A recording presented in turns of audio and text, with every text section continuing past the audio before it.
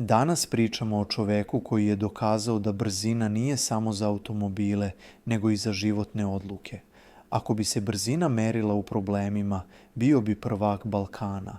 Dame i gospodo, Darko Lazić. Lik koji je u jednom trenutku bio miljenik naroda, a već sledećeg, naslovna strana svake novine. Od trke do treznjenja i nazad, jer se krug ponavlja brže nego autoput Beograd-Šabac.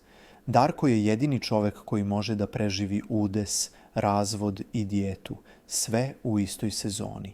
I još da zapeva posle toga kao da ništa nije bilo. Njegov doktor je rekao, on je medicinsko čudo. A tabloidi su rekli, on je naslov za sutra. Kada bi neko pravio film o njemu, zvao bi se Fast and Furious Smederevska verzija.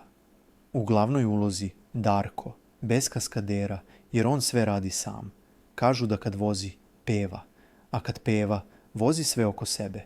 Njegov omiljeni instrument je sirena hitne pomoći. Kažu da kad se pojavi svi znaju, ili će biti svirka, ili saobraćajka. Treće opcije nema. Darkov život ima više obrta nego turska serija. Svaki put kad pomisliš, eto, sad je naučio lekciju, on izbaci novu pesmu. Nikad više, sa zvezdicom, do sledećeg vikenda. Ali da se ne lažemo, Darko je iskren od starta. On ne glumi savršenstvo, on ga sruši pa peva o njemu. Padne, ustane, nasmeje se i ode dalje, kao pravi Balkanac. Možda greši, ali nikad ne prestaje da peva.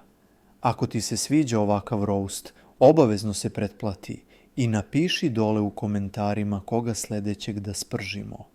Možda baš tvog omiljenog pevača koji vozi brže od misli, ali sporije od trežnjenja. Darko Lazić je dokaz da Balkan ne mora da gleda filmove o drami.